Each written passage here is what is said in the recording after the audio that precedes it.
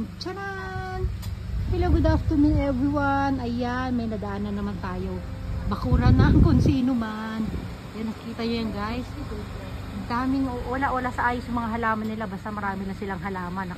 Nakatambak lang sa sa bakuran nila. Ayan o. O, tingnan nyo yan guys. Pero, nakaharang siya dito sa kalsada. Kaya nga lang, nasa doon, wala na kasing daanan doon. Ayan, lang natin, pakita ko lang sa inyo. Ayan yung mga alaga nilang flowers dito. Come, Kane! Ayan o, ang ganda. O, diba? Ayun pa sa baba. Ah, ang gaganda.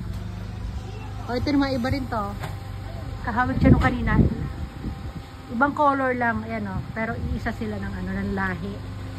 O, ito naman dito. Wow! Sugoy! Purple! Ayan. Ang ganda ng color na, no? Ayan, meron pa sa dulo. Ayan, o.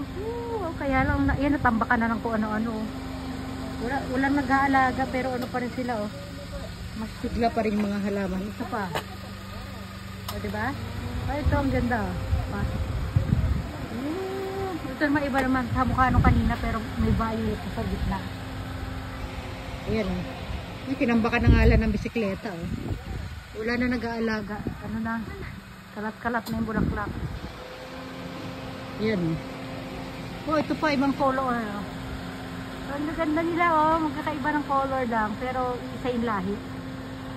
O, diba? Wow, ganda. Ito, iba pa to. Oh, maganda. Meron pa sila sa gilid. Ayun, gilid ng bahay.